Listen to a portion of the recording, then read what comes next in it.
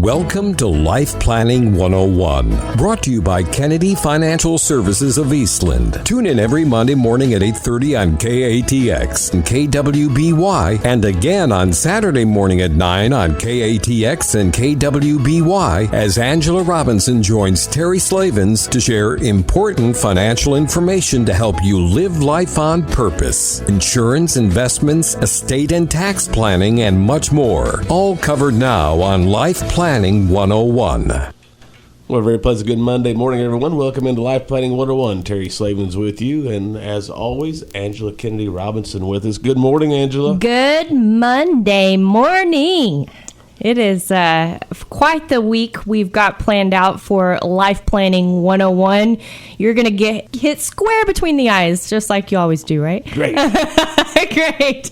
But that's what we're here for. I think the thing about like podcasts and radio and stuff is, and I was listening, I listened to a lot of ministers online, and of course I'm listening this morning, and I thought about that. I was like, the thing about this is I'm not having to sit there in church with the reactions on my face so I look completely guilty, right? It's totally in my own privacy that I can look guilty, but it's good because I need it, right? I need someone to tell me the truth about myself. Stepping on toes. Yes, exactly. So we are going to learn 6 lessons from an estate litigator today. Woo-hoo-hoo. I told you we were going to hit you square between the eyes.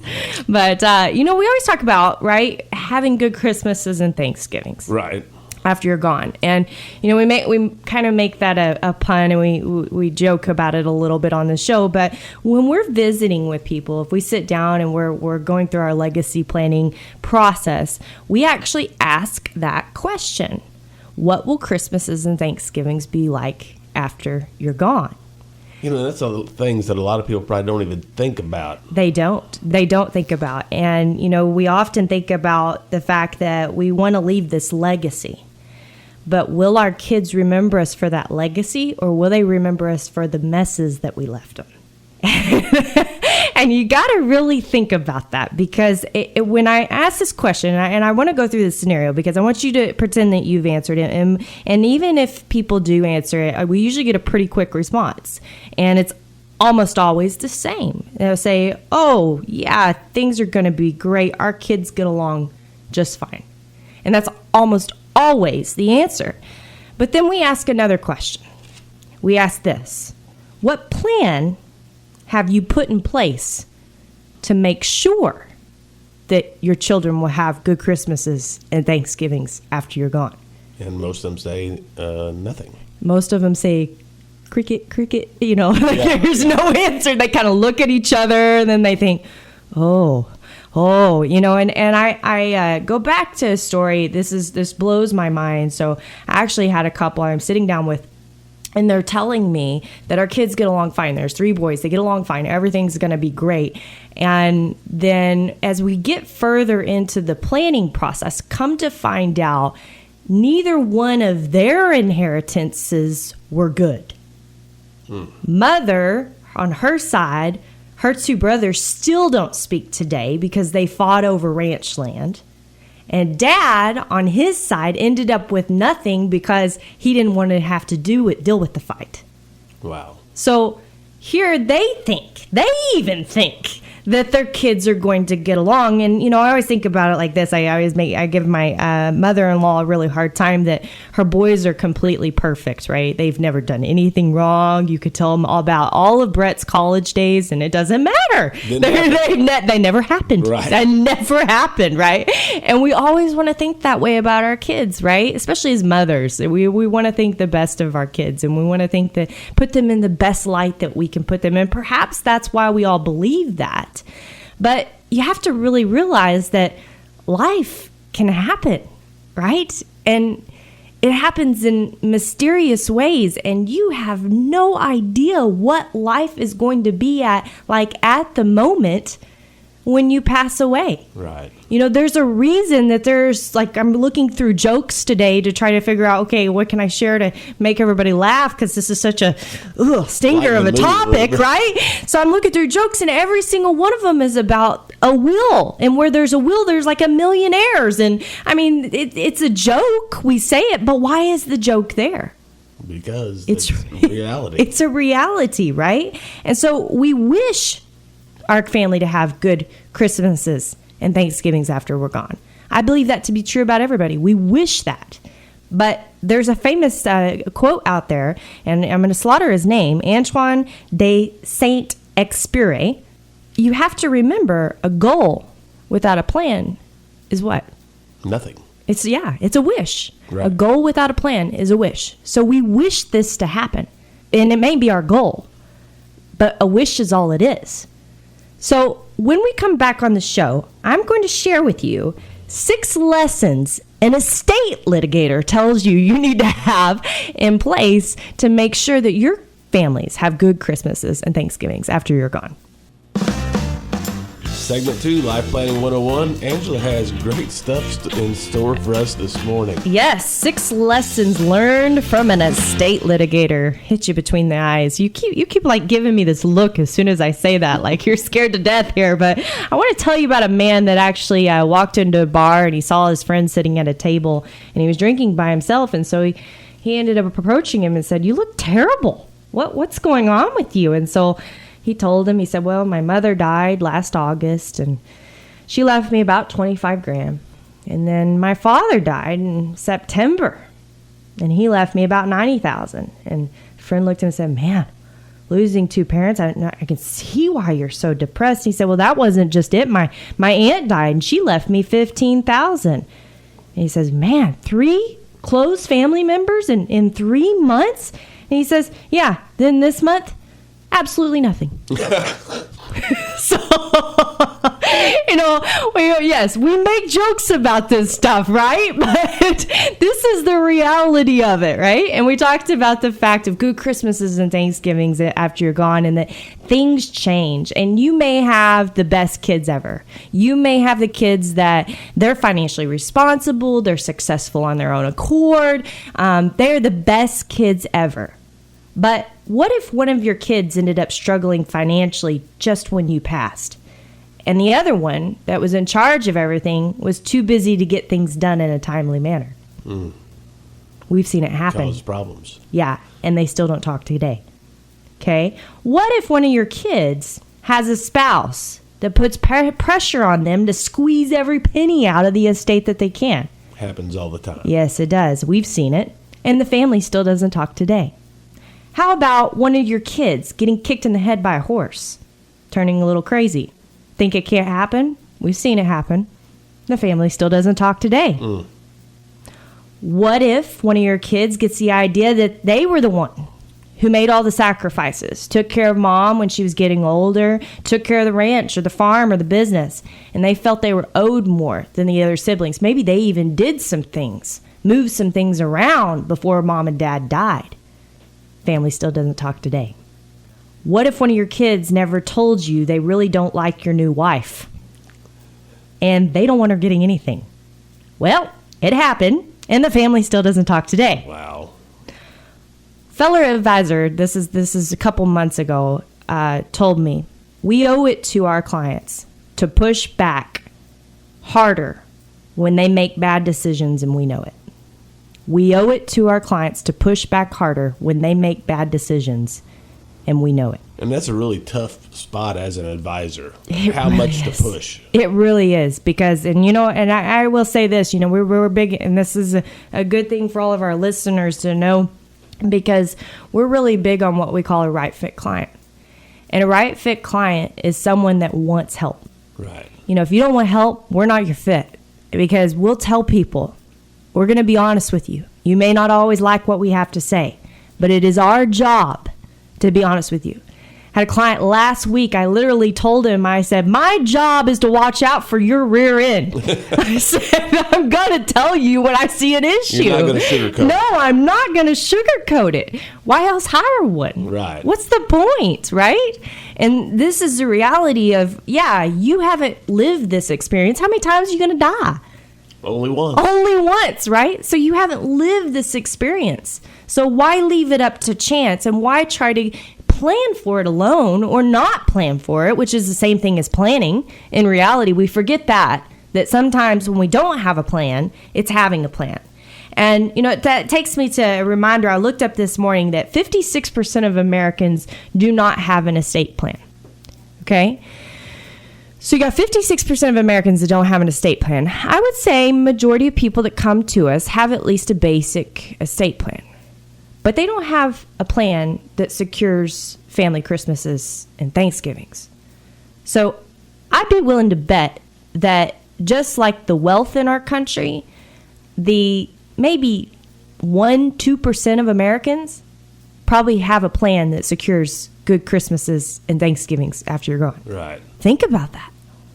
Really think about that. And if you asked a client, if I could sell you a policy that would ensure good Christmases and Thanksgivings, exactly. Would you be interested? Exactly. And I would think 100% would say yes. Oh, absolutely. And here's the deal I find is that we live in a world today, and you know this, I know this. We live in a world today where there is so much information that anxiety is a topic on everybody's mind. Everybody's on something anti-anxiety, anti-depression, whatever, because there's just so much to absorb. No one's sitting there outside. I love fishermen. I love fishermen, by the way. I'm not a fisherman, but I love fishermen. You know why I love fishermen?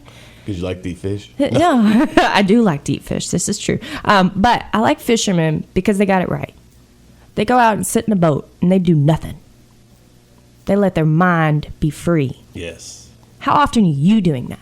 You might be good at it. How often are your children doing that? Yeah. Okay. How many times a week are they sitting around the family table, playing cards, enjoying each other's company, cell phones aside, spending time as a quality family? We're getting further and further and further away from what made America great, right? Yes. The family. The American dream was to be a homeowner.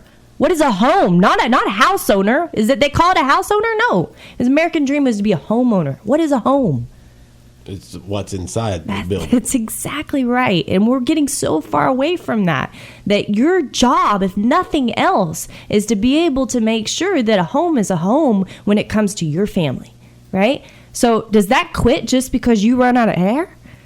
No. I don't think so. I think that it's even more important because of the crucial line that we're at today, the critical line of where we're at today. We've got a divorce rate of almost 50% in this country.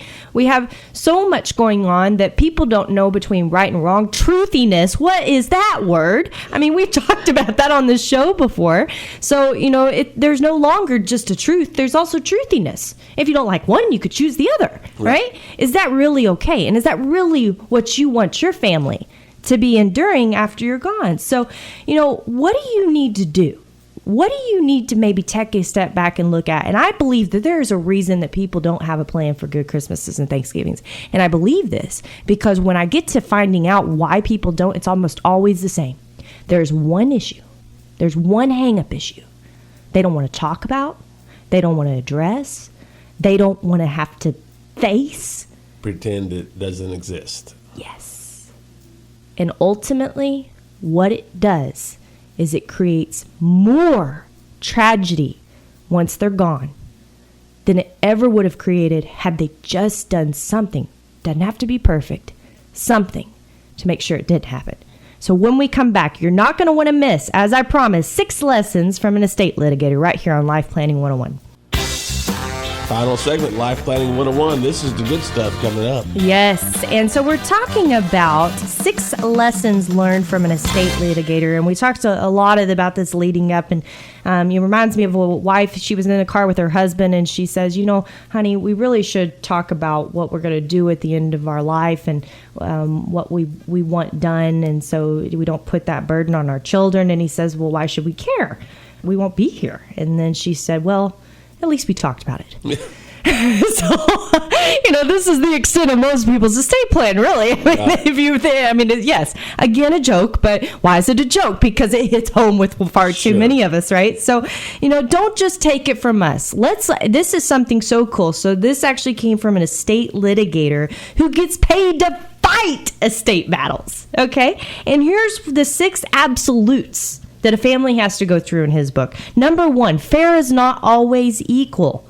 In fact, most of the time, it isn't. Right.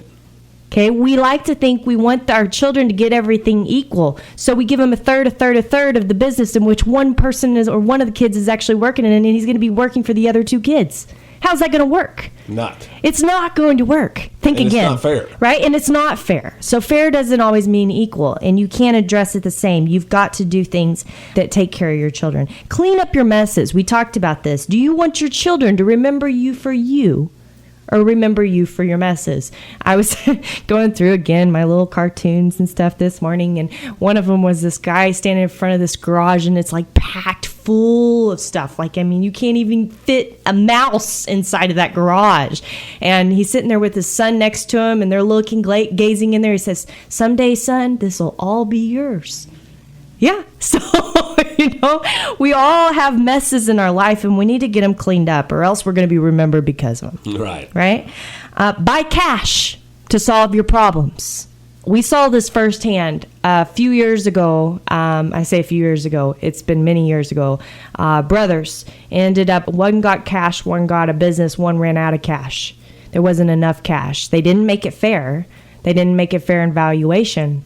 And there wasn't enough cash. The brothers don't talk today because one brother thinks he's owed part of the business, and it's a really sour situation, right?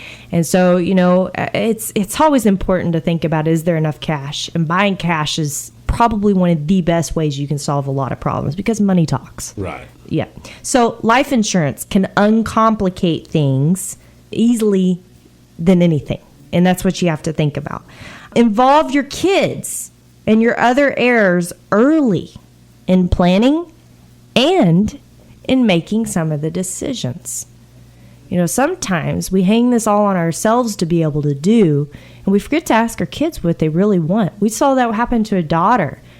Her dad never even asked her what she wanted. She was wealthy on her own accord. She worked as a C-suite executive for a Fortune 500 company. Amazing lady. And her dad just wanted to be equal with the kids, so he gave her money.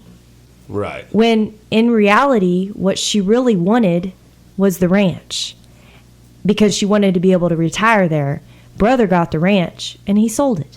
Yeah. So, make sure you involve your kids and talk to them about what's going on. And maybe those conversations involve money. Maybe they don't. They don't have to. Right. That's where people sometimes get it wrong. But they need to involve because they need to understand what your wishes are. Don't procrastinate. Number 5. If you wait to plan, it might be too late. Yes, you could be dead, right? So it also may begin to stir bad blood before yours is even cold in the ground. Think about that.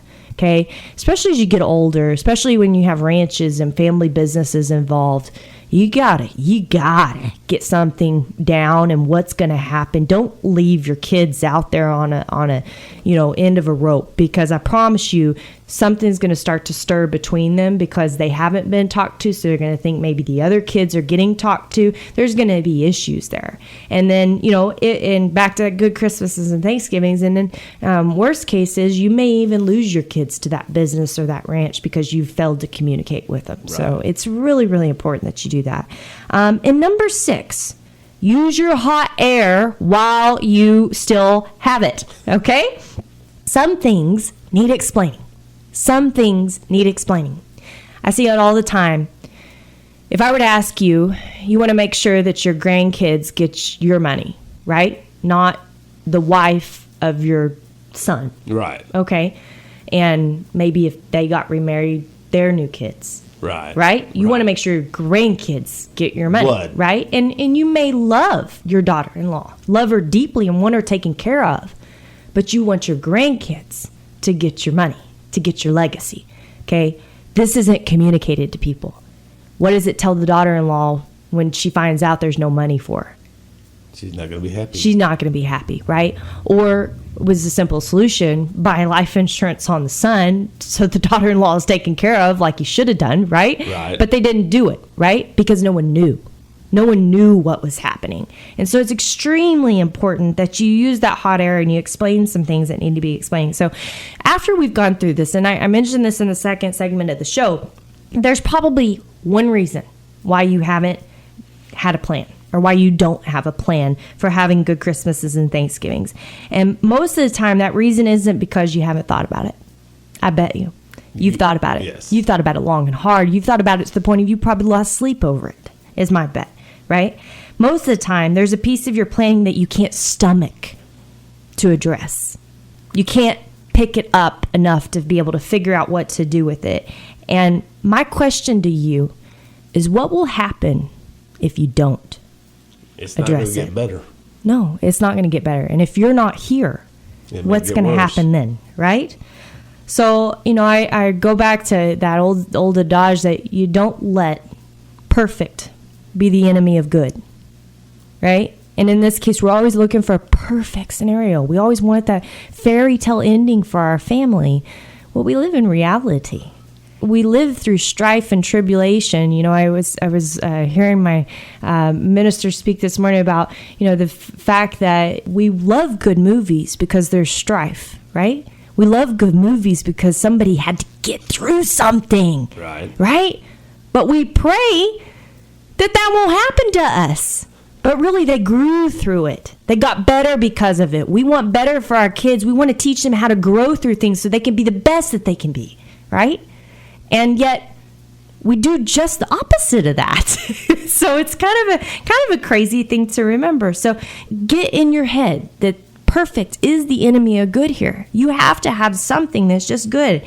And you may never find perfect, but you may be able to find something that allows your family to have good Christmases and Thanksgivings after you're gone. And isn't that really what it's all about? Absolutely. Yeah. So when we go through our life planning process, one of the deals that we do is we try to figure out, we want to get to the bottom of what's really going on and why people haven't addressed this. And then we figure out how to do it, how to address it. Sometimes the father may never be able to speak to a child, and we know that that's to be true. So we figure out a way to make sure that we can accomplish the same thing without that conversation having to happen.